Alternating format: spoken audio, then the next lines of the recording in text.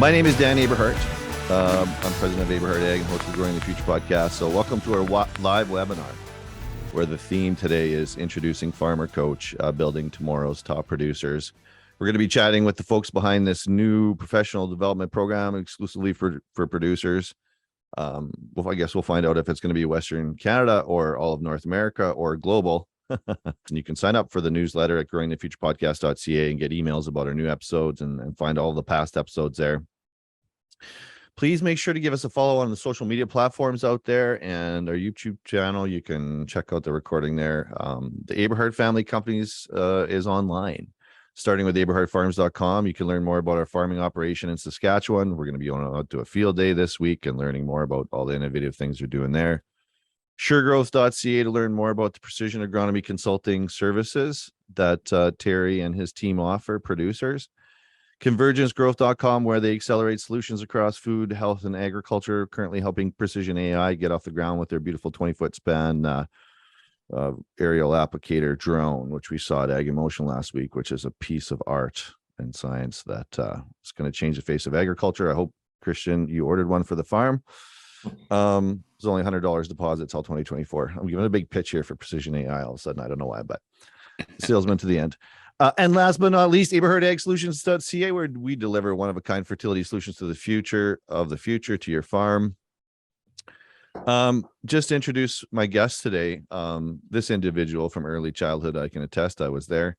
He's always had a passion for the farm, agriculture, and entrepreneurial growth. He is now the CEO of Eberhardt Farms. He farms along with my dad and his wife and now his kids, as well as having founded SureGrowth Technologies. How many years? 15, 20 years in the agronomy game. Also partners in my company, our company, Eberhardt Ag. He offers lots of free advice there. And convergencegrowth.com. Welcome to the show, Terry Eberhardt. Glad to be. Are you glad to be here? 7 a.m. Saskatchewan time on a Monday morning after a long, hot weekend at the lake. What an enthusiast. It's great. It's great. Gonna be good. It's great. This man is president and co-founder of Maverick Ag Limited, a business risk management and consulting firm focused on insurance and data analytics. Excuse me. Shaking out the cobwebs for the weekend here. He also sits as chief financial officer at Hebert Grain Ventures, a 22,000 acre grain and oilseed operation in southeastern Saskatchewan, as well as Eberhardt Farms. He's a CFO for Eberhardt Farms. He's a CPA. He's worked with M&P in his past career. He's got a specialty in large-scale primary producer grain operations, which is sort of our jam as well. He is was a shareholder in Shout Farms Limited, so he's got experience in farming until 2014. So he draws a lot from that experience, and his passion for the industry drives a calling that includes operational management of human resources, technology, data collection, and financial and business risk management practices that will assist primary producers' operations into the next generation of agriculture. His goal is to change the face of financial risk management in agriculture. I love this, to leave the dirt, financial statements, and industry in a better state than the last generation. Welcome to the show, Evan Shout. Thanks for having me, Dan. You're welcome. You're welcome. It's going to be awesome conversation here. So this next individual is dedicated to practicing and promoting excellence in farming. Born and raised a farmer, he left the farm briefly to obtain his Bachelor of Commerce at the U of S, an article at M&P to fulfill his CPA requirements, then returned to pursue his passion for farming. He's grateful to be born into farming. He's made his life work to help each and every other farmer increase revenue and reduce risk in hope of helping them live a better life and fulfill the food needs of the growing world. He's a speaker. He's an influencer. He's doing a lot of good out there with his brand in terms of advocating for agriculture. He's doing a great job, even politically now. It's going to be running for Premier of Saskatchewan soon. No, I'm just kidding. Welcome to the show, Kristjan Hebert. There's not many things I'll say never to, but I'll say never to that one. More than that. You and Brad Wall. Yeah. Or well, we want Brad Wall to run for prime minister. It's more appropriate. But today we're going to be talking about Farmer Coach. This is the first comprehensive and continuous business management program in Canada designed specifically for primary producers. The whole focus is to get you to stop working in your farm and have you work on your farm. And the end result is help you achieve your definition of success. And I definitely want to talk about that a little bit more, because I think we all have different definitions of success. I think it all evolves along the way as we get older. But mine is a powerful tool. If you can dream it, you can create it. This is what Farmer Coach is all about. So we're just going to talk about who and what is Farmer Coach today. Why would a farmer want to be in this program? And what kind of real world problems does this solve for producers? I'd really love to get some feedback from the audience today. We have close to 30 in the conversation, so feel free to jump in anytime. There's nothing scripted. There's no death by PowerPoints. It's just a couple of folks here having a conversation about it, frankly, because we're passionate about it, and I've known the benefit of coaching in my life. I mean, look at me, right? I mean, you don't get here without being coached. I'm highly coachable. So maybe that's a question for conversation too, is what makes somebody coachable and what makes them non-coachable. But let's just get started this morning. And so the context here is that Kristjan and Evan are co-collaborators on starting this new program. And my little brother is here as a juxtaposition as a producer who's had lots of coaching, is highly coachable. But I guess my first question, gentlemen, to Kristjan and to Evan is, who is behind this program? And why did you feel the need to bring this program to the market in Western Canadian ag? So either one of you can take that away and go from there. I can start off.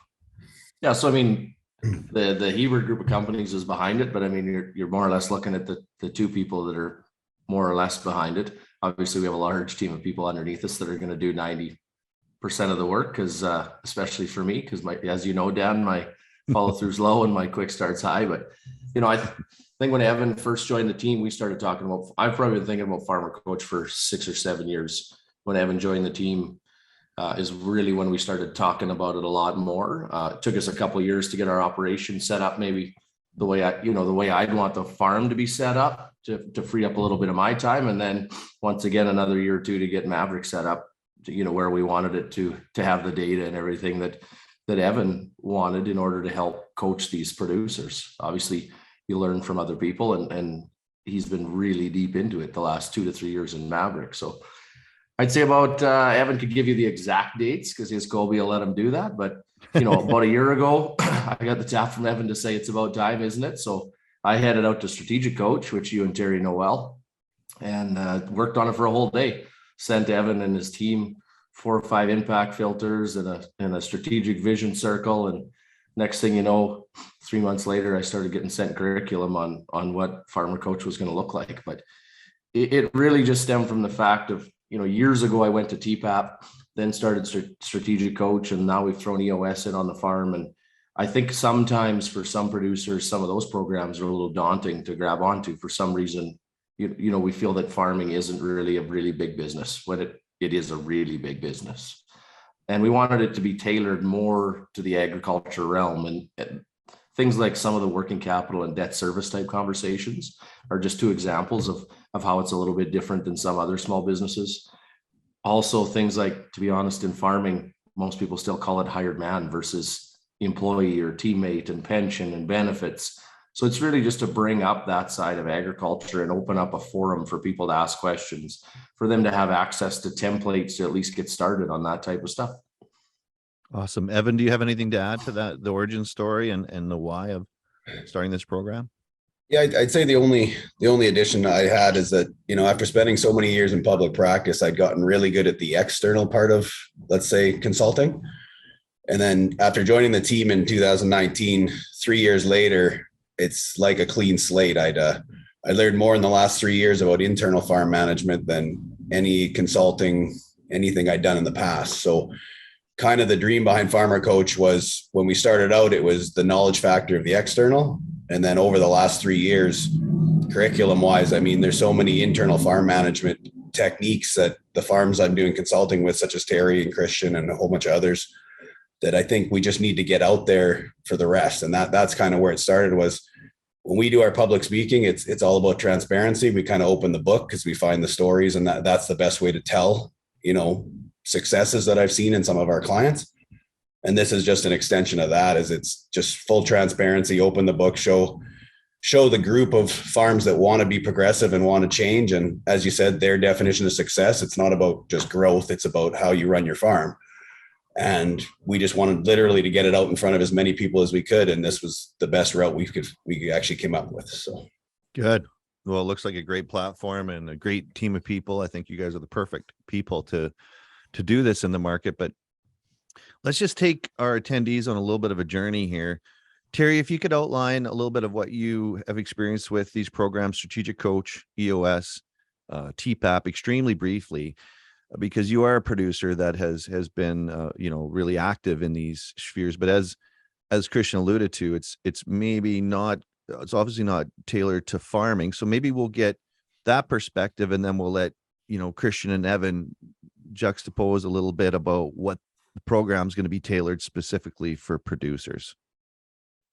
Yeah, for sure. I'll keep it extremely briefly, as you commented, but yeah, no, I think that, with farming in any business, but especially with farming, there's just a lot going on, and between succession and all the business stuff and management and HR. And typically, let's face it, as farms, we're not really that good at a lot of those things, or we didn't come from a background where that was just kind of a lot of training and focus on that. So, any of these coaching programs have been really, really good. And I think they just help you get clarity and help you gain confidence in making, a lot of these really, really big decisions. So I think, having something like this that's tailored a little bit more specifically to the farm is also really good, because there's a lot of kind of the higher end financial management and things that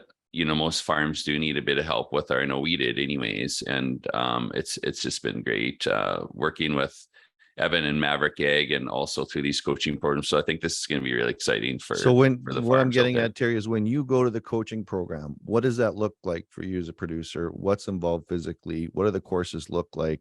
And then we'll hear from Kristjan and Evan on how they're tailoring it specifically to producers. So for people that have never been a strategic coach, don't know what EOS is, never been to TPAP, just describe those programs. Yeah, well, coach, we go there once a quarter, and coach is really about you as an entrepreneur and helping you kind of clarify your thinking and your mindset and communicate that to your team.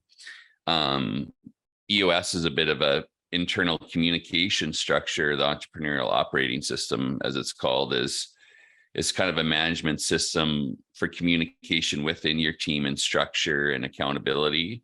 So it helps you get kind of the traction that you need within your company and within your team to execute on the things that you want to do. So just helps you get a lot more clear on your vision and your core values and what the goals are that you need to execute on throughout the year.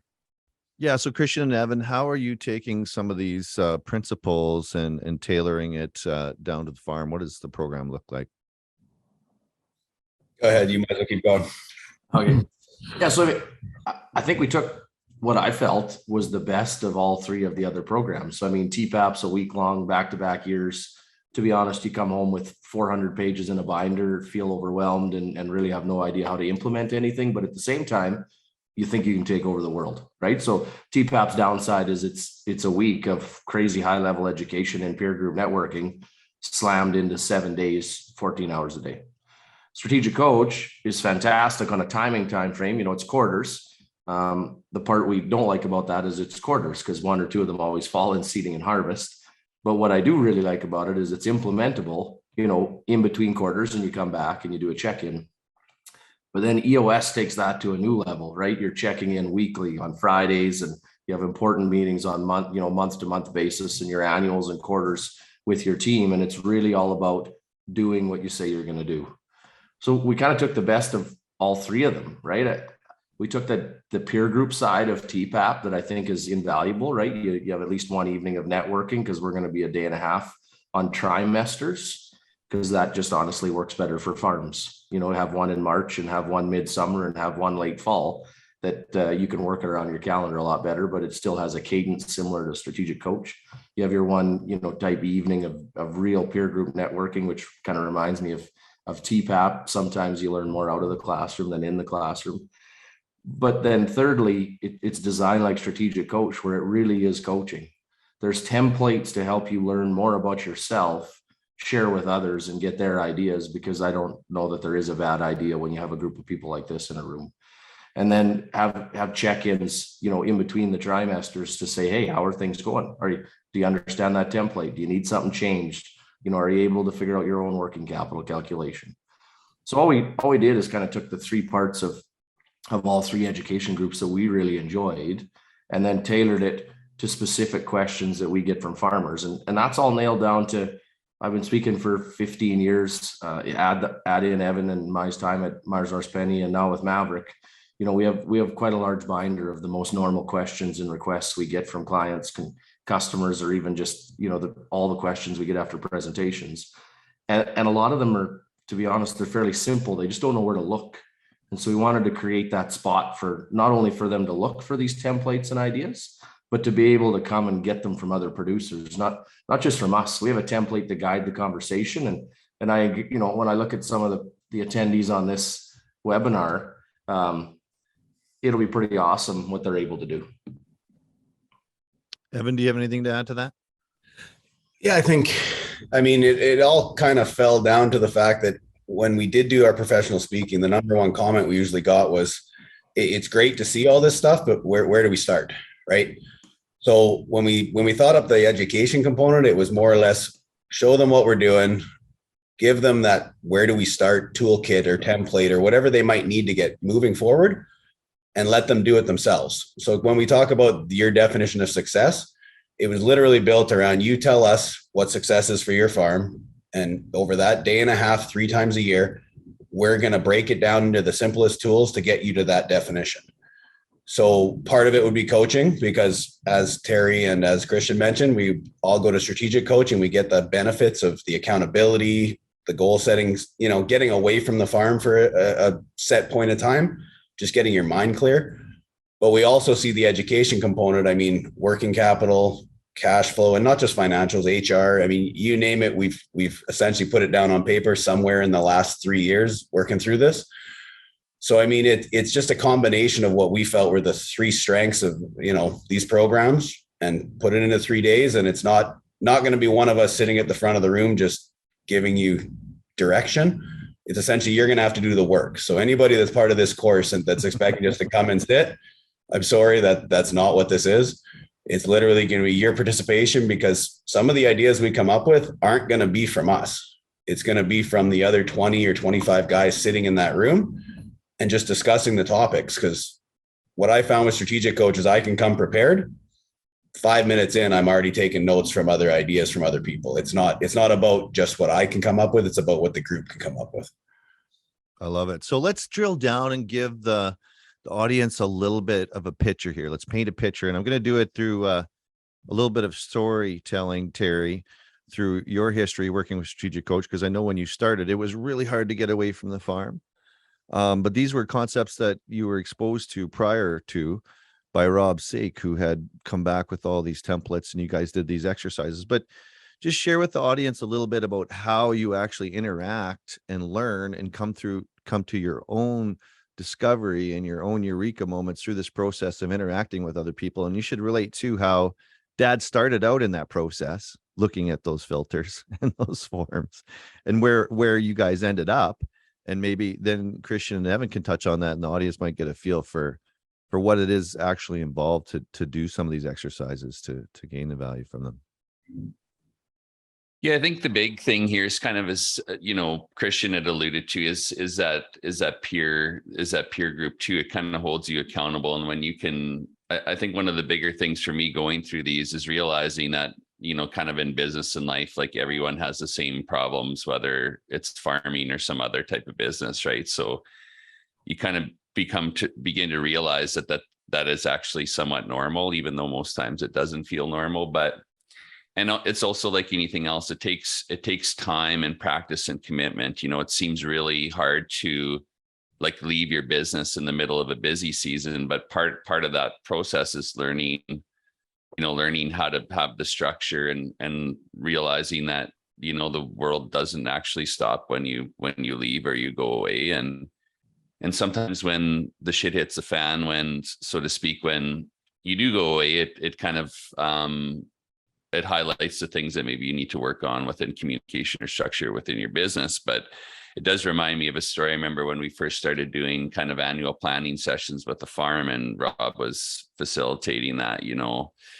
Dad came into that first meeting probably 12 years ago now with his kind of arms crossed, and what does things look like in 3 years? And there wasn't, it was some pretty uncomfortable conversations, but over time you kind of get better at it. Now he comes with his list of stuff and listing off all the things that he's going to accomplish in the next 3 years. And then I think he's done, and he's, he keeps going on. And yeah, it's just one of those things that sometimes, old dogs can learn new tricks. And if your mind is open to learning and coaching, there's a lot that can be done. So it can be pretty fun.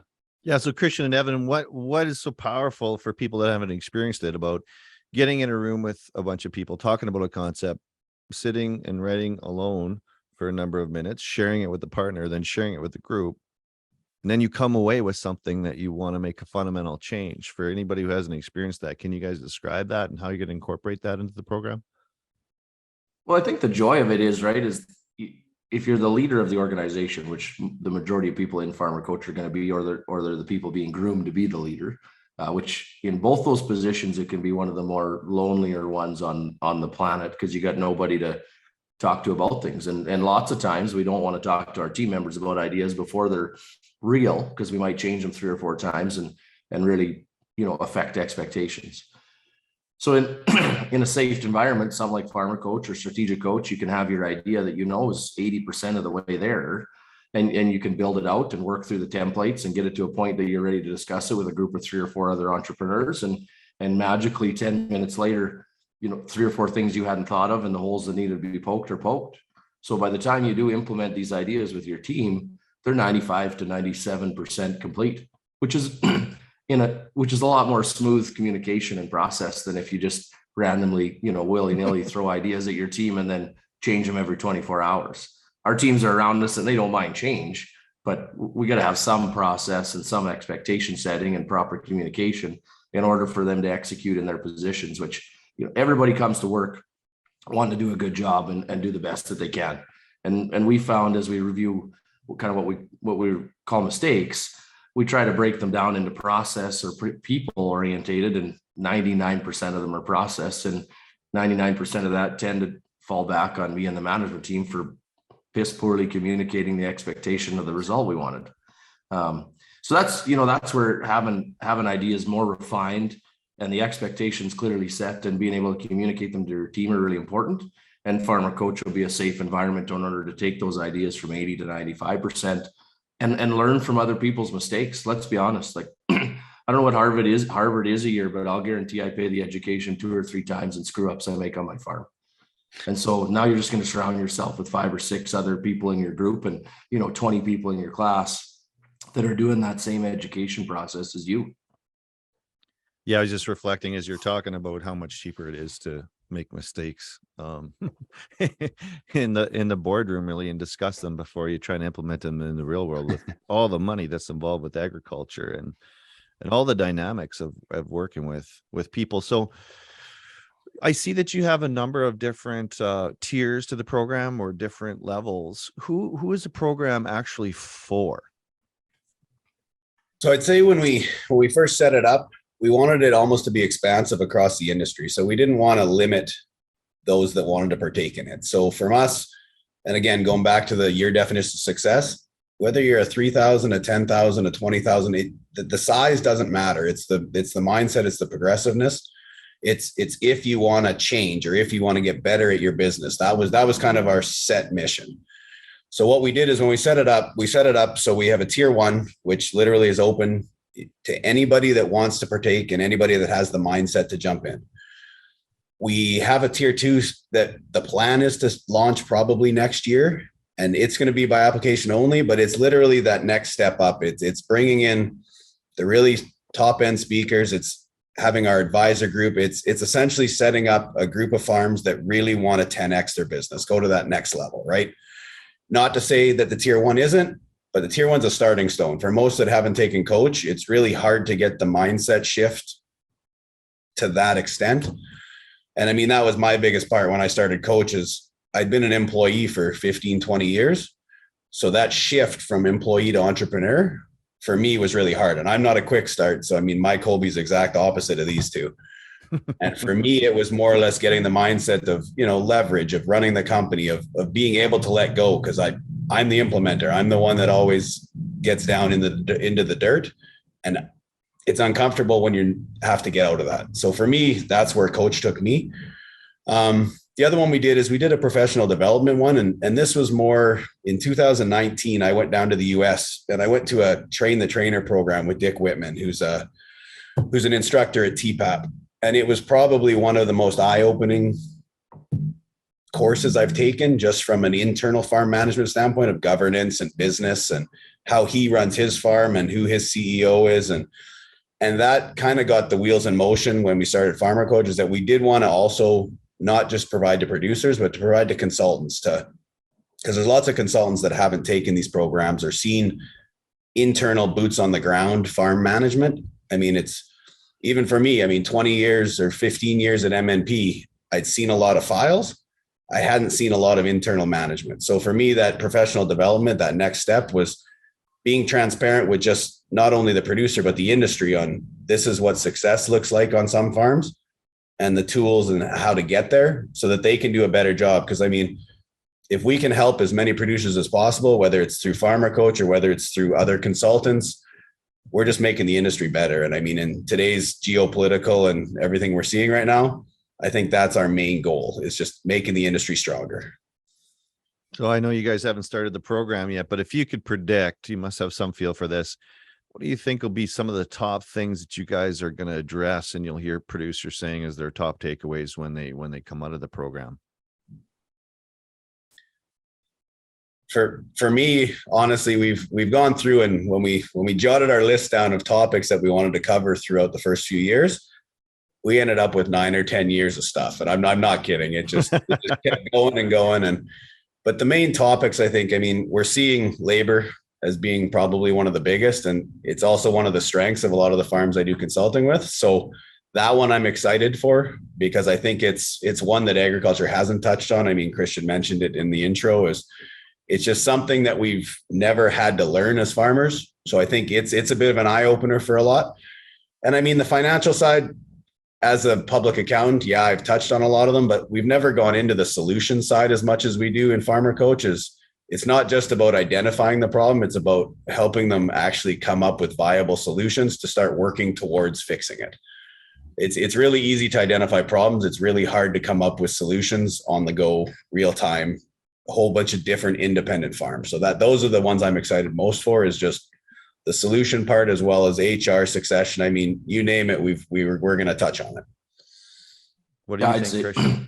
I'd say the same thing. I think each session, just reviewing curriculum this week, is that there's going to be about a third of the session that I'd call kind of mind expander, really helping producers start thinking about 1, 3, and 10-year plans, and then breaking that down on how they execute. Most producers are really good at execution and kind of working on that day-to-day and week-to-week basis.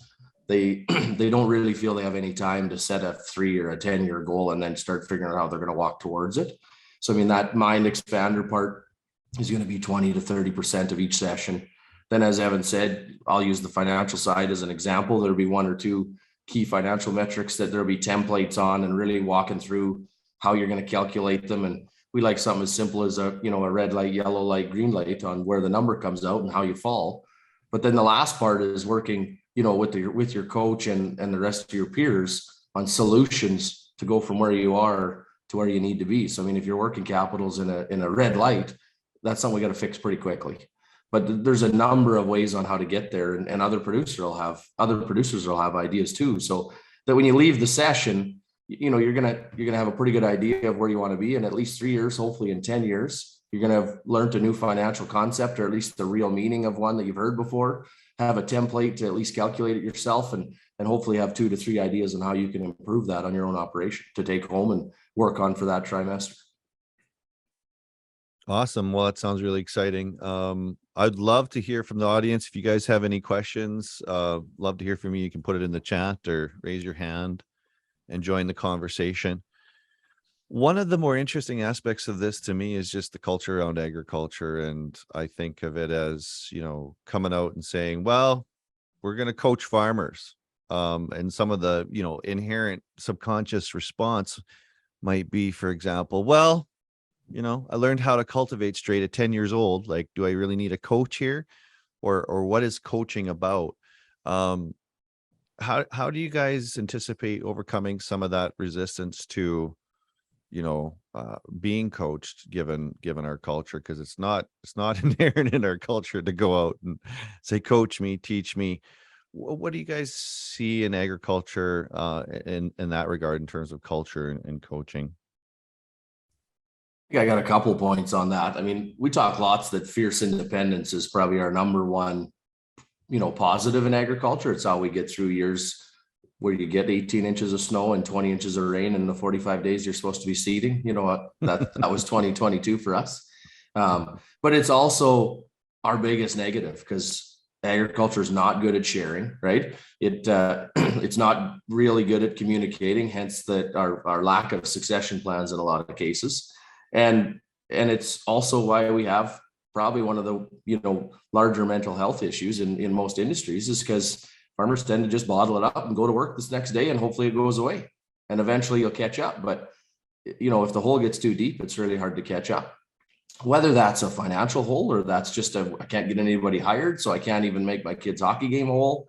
Or, as Terry and I learned, and so do you, Dan, at Strategic Coach, the definition of a free day is you don't do anything work related that day. And, at least let's say you don't even check your email. Your phone's going to ring. Can you separate calls? Maybe not. But I can admit when I went to Strategic Coach the first time almost a decade ago, I didn't take a single free day a year in 365 days. And I think most farmers could say the exact same thing. So as we move forward, I think as farms do turn more into businesses, they're more open to sharing ideas. And, I equate our coaching pretty similar to coaching my 10-year-old in hockey. I mean, the best coaches realize they can't put their skates on and go score the goal when you're losing 3-1. They're just finding a way to unlock the potential that's already in you to go score the goal, to be the leader, and to participate with your teammates to get the outcome that you want. And I think 10 years ago, that probably isn't the way I thought. But, for me personally, in today's world, I get way more satisfaction out of helping somebody else realize, potential that they didn't have, or just giving them a couple new tools that allows them to be an even better leader than they currently are. And the same thing with my team than I did 10 years ago. 10 years ago, I wanted a lot of the stuff, right? And I joked, even in today's world of sports athletes, there's way too many people worried about trying to get the MVP versus winning the Stanley Cup. And I think, at Farmer Coach and at Maverick and at our farm, we're a lot more focused on winning the Stanley Cup and taking as many people with us as we can. We don't really care who gets the awards or gets the whatever words you want to use for it. We just get a lot of satisfaction out of watching other people be successful. And if there's some tool or an idea or a quick discussion we can have to help get them there because it's a mistake we already made, so there's no reason it should be made twice, then that gives us a lot of satisfaction at the end of a week. Well said. Very well said. Evan, do you have anything to add to that? Yeah, I can probably add a little to that, Dan. It was a funny change for me because when I came out of public accounting and started the consulting side of Maverick, my assumption was it was going to be all numbers, projections, budgets, all that stuff. And I mean, Terry can attest, and honestly, every other client that I've taken on can attest that most of my time isn't spent in the numbers anymore. It's once you take that first step, and don't get me wrong, you're correct. That first step is really hard for a lot of producers to take. But the conversations I have now, 90% of the time, they're based on communication and teams and EOS and core values and setting up the business for success rather than just the numbers. So it's been a learning experience for myself as well. But once you get that mindset shift away from just the numbers, it actually opens up the business to a lot of potential. And that was the base around why we created this program. Was a lot of farms already have this stuff in their heads in place, but they don't have the push or the mindset shift to actually implement it or to go that direction. And honestly, most of the time they're just too busy. Your CEO, your COO, you're the janitor, you're everything on your organization. It's really hard to get out of that, to actually say, okay, now how do I actually forward plan? How do I take a step back, look at the 30,000 foot picture, and where are my strengths? Where are my weaknesses? It's that part that I find the hardest for most guys. But once you take that first step, which, like I said, I've seen on the consulting side, that's the side they want to talk about. It's no longer in the business. They want to be talking about on the business every time I phone now. So it's stuff like that I'm not sure we're as far away in agriculture as we think we are. It's just that first step and that seeing the value add and moving forward. Honestly, it's that first stride that's the hardest. So Terry, why is it so important for you to overcome this challenge and go get coached? I mean, this spring, we weren't done seeding, and you're in Toronto and they're still seeding and there's a whole bunch of operations going on. That's not easy. But obviously you put a lot of value on that.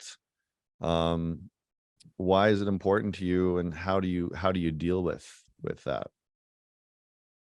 Well, just thinking about what Evan and Evan was sharing there, like really it's about learning. These programs are about learning as much as coaching, and you learn from your coaches and you learn from your peers, right? And there's a lot of smart people in those rooms, but I think the first step is kind of just committing to it, right? So I think especially on a farm, there is always something to do, no matter whether it's raining or whatever. It's probably one of the hardest businesses to pull yourself out and actually like work on the business versus being stuck in the weeds day to day. So just the fact of committing to something like this, just even to go to the first session or whatever it may be, is a commitment to take yourself out of the business and kind of look at the big picture. And I think a lot of times we struggle with that in farming. Like I said, as there's always kind of a million things that have to be done every day, right? And so it's really hard to force yourself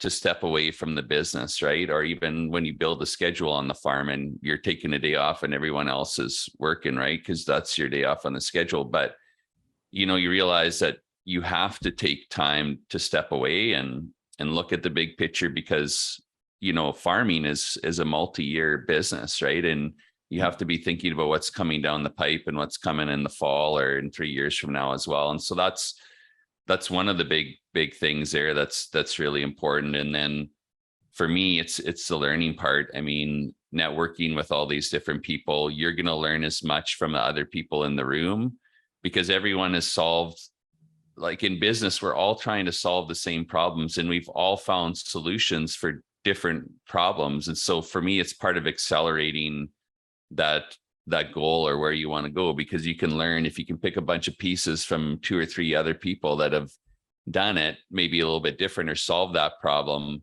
It just saves you from going through all the pain and heartache of figuring that all out, right? And so there's a few things there, just committing to kind of actually unplug yourself to the business from the business and look at the big picture, take a look above the trees, learning from those peers and other really smart people in the room, and then building that community that gives you the confidence and also kind of holds you accountable. Because when you come back into that room and they say, hey, how did you do with solving that problem? And you didn't do anything, you kind of look like a bit of a doorknob. So usually you don't do that too many times, right? So number one question when you see all the folks again at Strategic Coach is, how was your quarter? And it's really interesting to see, after being in it in 5 years, what your conversations evolve to, because it starts, we're talking about, financial things and employees and stuff like that. And then it ends up talking a lot more about personal achievements, because a lot of people get there in the program, they have a better quality of life. But I have two more questions, I guess, before we hit the top of the hour here and close things down. And if the audience has any questions, we welcome them. But I guess second to last question would simply be, what does it look like for people that want to join the program? How much time commitment? What time of year is it? What can they expect? Is it an annual thing? What's on the agenda? What are the caterers serving? Go. So from the producer side, we've set it up, as Kristjan said, trimester, just to avoid the growing seasons and honestly to avoid the summertime with their families, because that's part of the coaching is the free days, making sure we're not interfering with their work-life balance. So first session will start this November. Dates wise, November 7th and 8th and 9th and 10th are the two that we have open at this point. It's all done out of Saskatoon for year one. So we have the Alt Hotel booked, conference room, and it's essentially sit down for a day and a half. And as Kristjan went through, 30% coaching, 30% education, and 30% peer. We come back, do that again in March and do that again in July. And honestly, the curriculum set up. So based on the time of year, the subject matter will apply. So whether it's strategic planning in November after you got the harvest off, looking at next year, the spring one will be more around risk management, so cost of production, looking at gross margins, crop rotation. I mean, it's based around the growing season. And honestly, the best part for me, Dan, is that I can adjust the topics based on what's happening in the industry, which is a little bit different than strategic coach, just in the fact that the coaching part never changes, but the education component shifts based on what the biggest risks in agriculture are at that time. So that's kind of one of the strengths I like. And so, yeah, the producer one's 3 times a year, day and a half each session. The train the trainer or the professional development one we've set up once. So starting in November this year, it's one come in and go, 2 full days, more or less set around the same kind of concepts that we're going to go through on the producer, but we're going to come at it from a professional development side. We also have the young farmer and the tier 2 that we are going to launch, like I said, 2023. We more or less wanted to get through the first year here and just see not only the uptake, but, get the bugs out, with every new idea. We know there's going to be certain things that come up. So we want to get those covered before we go and launch a whole bunch of different programs and have the same mistakes or issues come with each one, right? So will it be, how many people will be in the program? And is that something you'll see the same people year after year and grow with them? Yeah. So the producer side, we've gone between 20 and 25 max, much like strategic coach. If the time of year, or if you want to switch cohorts, that's available to you as well. So if there's a group of producers that is worried about, and this was our concern as well as farming, the fierce independence, is that if you got a neighbor in the same one as you, I know you're going to pull back. And the goal is not to have you pull back. It's for you to participate and be able to share and not be worried about the other people in the cohort with you.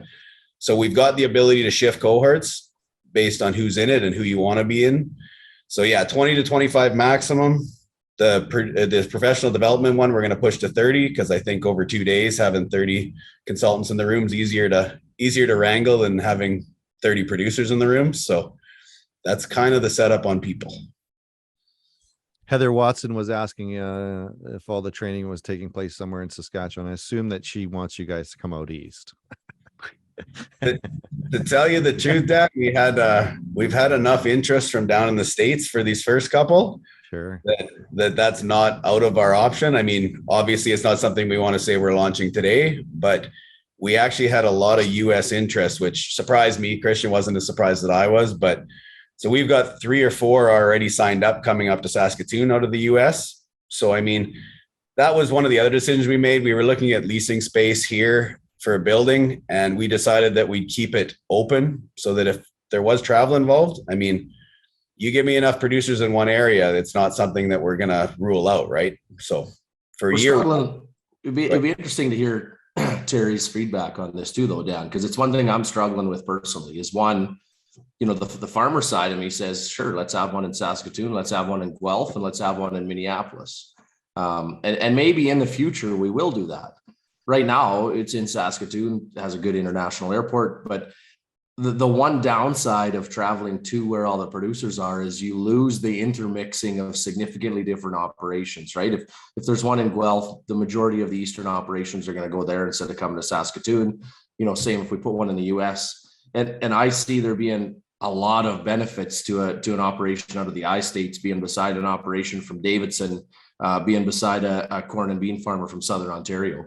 And so this first couple of years especially, it'll be based more in Saskatoon, because we're struggling a little bit with that internally on, do you lose some of the real wins of, even though it is farmer coach and it's all farmers, those are significantly different businesses. And so I don't see that being a lot different than when we're at Strategic Coach. And some of the people I learned the most from is a builder in Chicago that has to deal with rain the same I do, and a copper mine in Dubai. And he has the same HR issues that I do and has different ways to deal with them. I think we can get a lot of that exact same, intermingling of different types of businesses just by having farms that are significant, different geographies. Well, and location's so critical too, just even for perspective. Yeah. When you go out to Toronto in the middle of seeding, you suddenly realize no one here gives a shit about your problems at all. Like they don't even know that it's happening, nor is it relevant to their, unless there's food supplies, then issues or something, they might fly over and say, hey, what's going on here? But yeah, Terry, did you want to comment on that?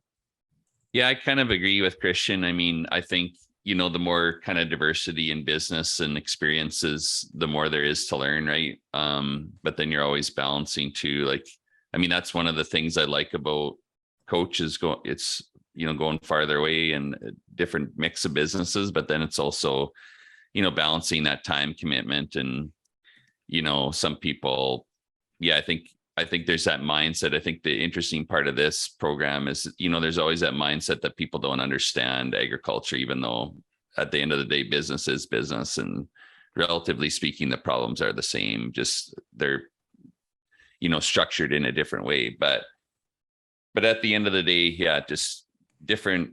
That's one nice thing about TPAP too, right? There's a lot of all kinds of different businesses from all over the country in a few different countries when you go to that program too, right? So. Excellent. Well, we have a question here from the audience, Ryan Gilbraith, sorry if I pronounced that wrong. Maybe this was touched on earlier in the call before I was on, but what would you say is the main difference or value you can take from this program versus a peer group setting? I can go first on that. So, I mean, depending on the type of peer group, there's going to be continuous education, right? Ours is a day and a half, 3 times a year. I think that the one thing I find quite a bit different about a coach type setup, because really Strategic Coach and Farmer Coach are similar in a lot of ways, is that, your coach is paid to share a lot of templates and a lot of mistakes that they've made and how they've improved their own business. I mean, I always like listening to Dan Sullivan talk about the mistakes he's made in his life. I mean, the guy's a multi-million-dollar coach now, but he admits that rock bottom was the day he went bankrupt and got divorced on the same day. Right.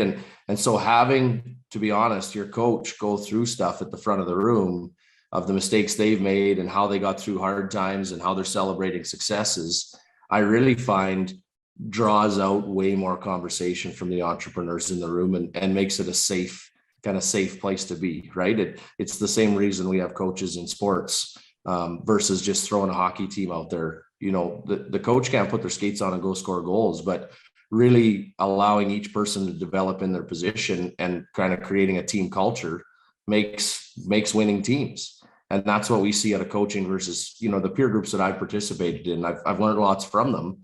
But I personally get a lot more out of coaching, a coach type setup. And it's probably because of my 9 quick start that I can't pay attention long enough in a peer group maybe. But at least in this setting, I got a coach banging a ruler on a desk occasionally to say, we got to move on to the next template. Here's what needs to be accomplished. Here's the theme of the day and a half.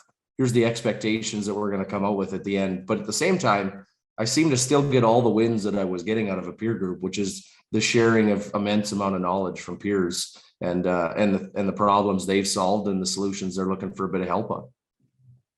And I would say, just to push that even further, like through EOS on the farm, we've got the system down.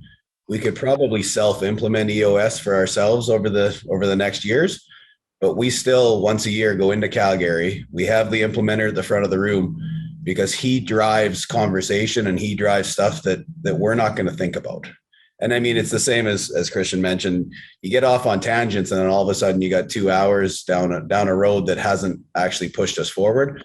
And for us, having that implementer at the front, and he's seen the other businesses, he's got a picture of everybody in the room.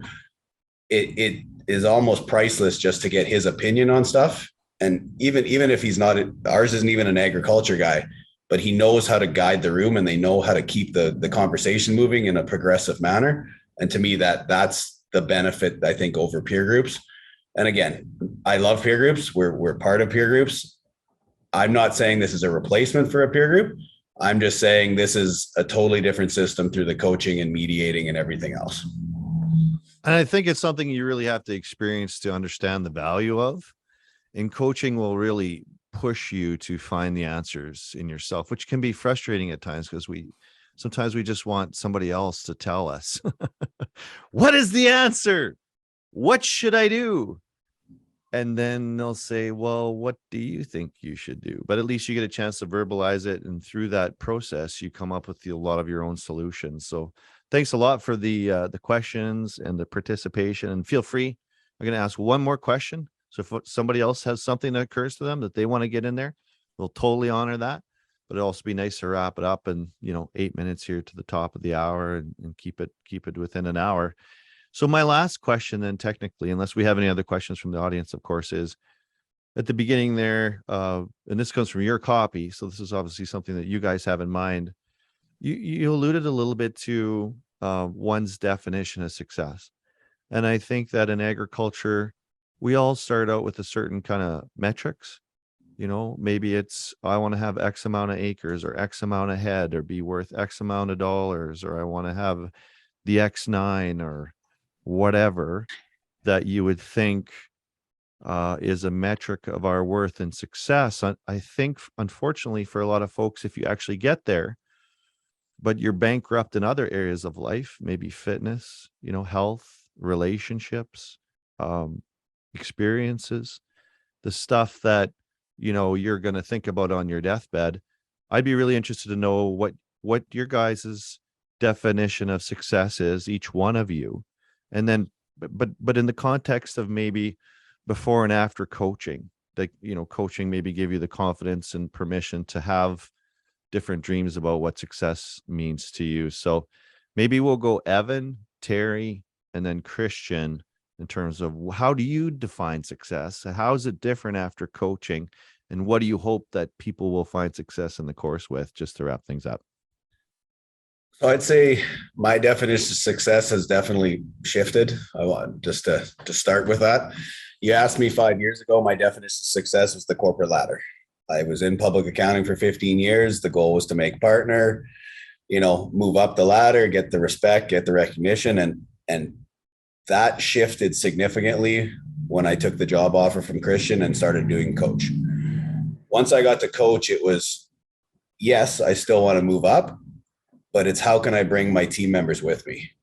So for me, it was, and honestly, it was a conversation we had one time and I didn't even realize it until we had the conversation. And then after that, my stress level went through the roof. Was once I realized I had a staff of 5 or 6 or 7 that were working with me, I realized that those people depended on me to be better at my job, because for them to have their career and for them to support their families and for them to move up the corporate ladder, which is what I had originally, I needed to be the best version of me that I could be. So then all of a sudden, when I started coach, my definition of success was I need to be better than what I've been before, because all of these people are depending on me and I want them to come with me up the ladder. So that was my biggest shift. And so for me, my definition of success today is obviously work-life balance. I love my family. I love not working 3,000 hours a year like the goal was in the past. But I also want to have a really healthy team and have them have the same ambitions and motivations every day they get to work. That's a huge shift. And I really appreciate that. And you think about 10, 20, 30 years down the road, like it might not be a big difference now, but from what you were thinking, where you would have ended up, in a couple decades of your career versus where you're going to be now with your team and your family and your business, it's a big change. So congratulations on that. That's awesome. What about you, Terry? You just always want to be better than your big brother, I suppose. Yeah, that's my definition of success, is to be able to kick my big brother's butt. But yeah, no, I think that it's probably shifted a bit, but simply for me, I think, my definition of success is just whatever it is that you want to have in life, and I used to think about that probably more as just business and personal separate, but today I believe it's just whatever it is that you want to find is that balance and do it right. I've seen a great definition of happiness is basically if your current situation equals where you want it to be, you're happy, right? And if it's not, then either you have to change your situation or you have to change your definition of happiness, right? So I think largely it just, defining what that means for you and utilizing the coaching to get yourself there, right? So and that can be a lot of different things for different people. Doing what you love, that's a big theme of success for you. So it's good that you can still afford to farm. There's been a couple times there we weren't sure, but yeah, so far you're still going. It's good. So just to wrap things up, what's your definition of success, Kristjan, and how has it changed for you? And what would you like to see for success for the people in the program? Yeah. So, I mean, when I left MNP in 2000, the fall of 08, I wrote down on a piece of paper that success was we run an efficient 8,000 acre farm, to be honest. So I think my hope for the people in the program is that I think you have way more potential than you give yourself credit for. But usually you got to surround yourself with really good people to try and find that in both a peer network and the team of people that work with you every day, in order to unlock, what success is. Because in most cases, I don't think as producers or even as people, we think big enough on what the world and our potential in that world is. We get a little closed-minded.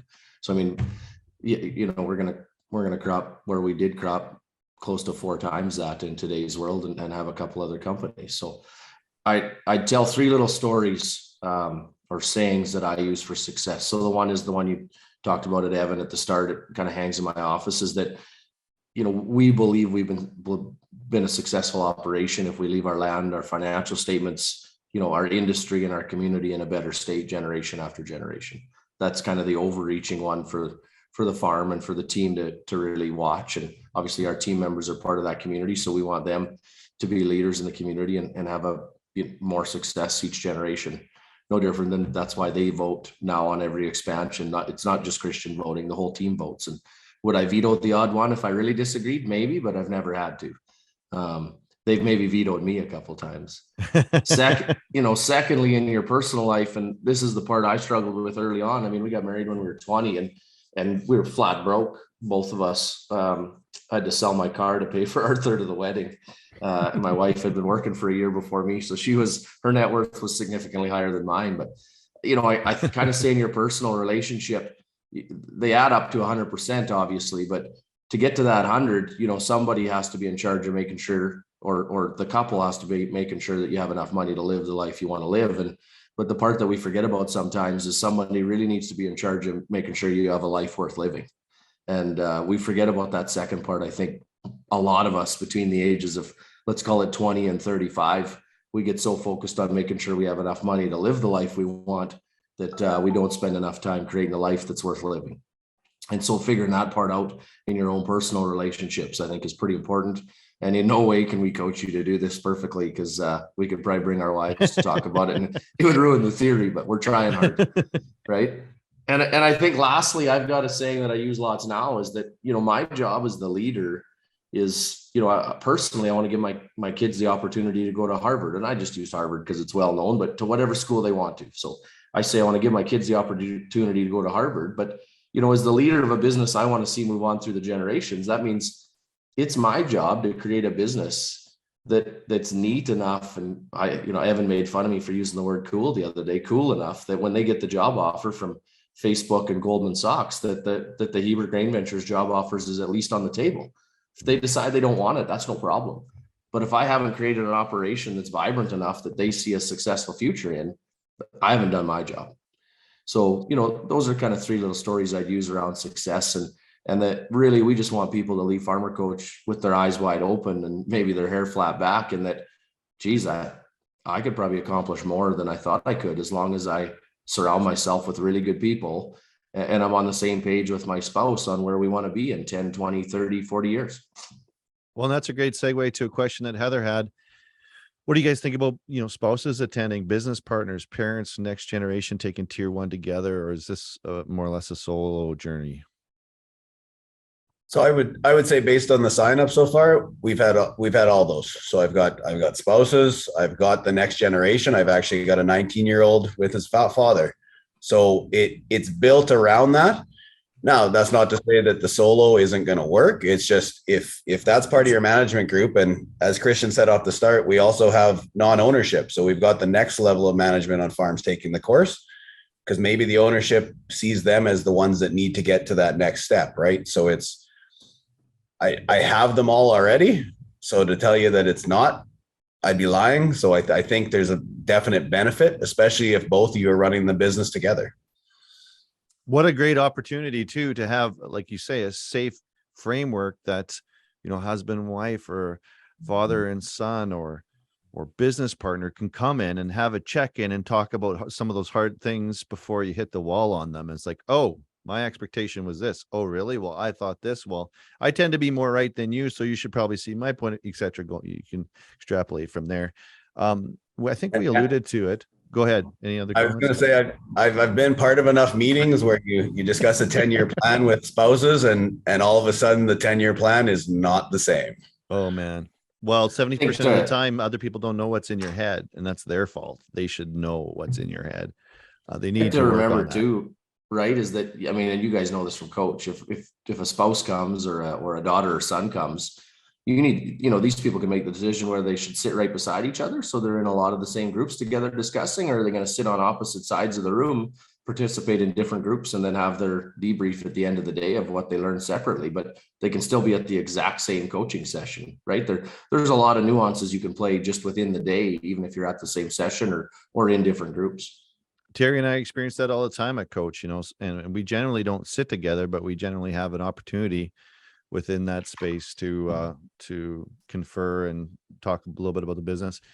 You guys talked about, we have one last question here. How does this program stay applicable for a farm in Southwestern Ontario if majority of program members are from large farms? But I think that you alluded to it, Kristjan, that's part of the advantage, is the diversity teaches you thing that, you don't want to be stuck in a Western Canadian mindset. Oh, and I think if I go back through the years, and I've picked up different really important lessons from people all over the world, but some of my most important lessons in HR were because I sat beside a guy that owned, a Subway and some resorts in Mexico on a plane, right? His business is nothing like mine, but the way he had to deal with people, and also how they had to deal with rain delays, gave me a whole bunch of ideas on how we should operate in our business, right? I can also remember having a discussion with the vice president of Caterpillar. And when I asked him what his most important job was, it was to predict the cycles and manage the cycles, because obviously their sales go up and way down depending on the commodity cycle and the infrastructure build cycle. So if there's a bunch of money about to go into the economy to build infrastructure, Caterpillar is going to have a lot of sales, but they also can't lose team members in the bottom sides of the cycles. I don't know about you guys, but I think agriculture is pretty cyclical. So I think that's really the power of it, is that whether you're a small operation, and I mean small in acres in Southwest Ontario, because in Southwest Ontario, your land might trade for $25,000, $30,000 an acre, and you're growing corn and beans. So at a portion of Western Canadian acres, you can be every bit as big of a business. You have the same issues, right? You have HR, you have having to deal with, in their case, in a lot of cases, it's urban sprawl or municipal districts. But I think Terry and I could probably tell some pretty good stories of issues we have to deal with municipalities too. Everybody's problems in a way fall into the same buckets. And I think by having that different type of operation, sometimes it's comments from the two different sides that really lead to a new solution, because they maybe had to deal with it longer or more intense than you have. Well, gentlemen, it has been a pleasure, and thank you to the audience for participating. And I hope some of you make it to the program, and I'm sure you're going to find lots of value in it. And I hope that everybody on the call finds their own way to success. I believe this is the route. I can't wait to see the evolution of this. And we brought this onto our platforms just because I really respect what you guys are doing. We're really happy to share this with folks in our network. I think this is going to have a big impact on agriculture, on the culture and the execution of production, but also on people's quality of lives, which is the biggest deal. You guys are doing, I can't wait to watch this unfold and evolve and grow, and to hear from people in the program that got tremendous benefit from it. I know how much it's meant in Terry and I's lives. So to get coached and whatnot. So congratulations, you guys, on launching a new program. You're doing really good work. Terry and I are proud to be involved with you guys, and I think it's going to be a great program. So thanks so much. Any final words, Kristjan and Evan? Go ahead, Evan.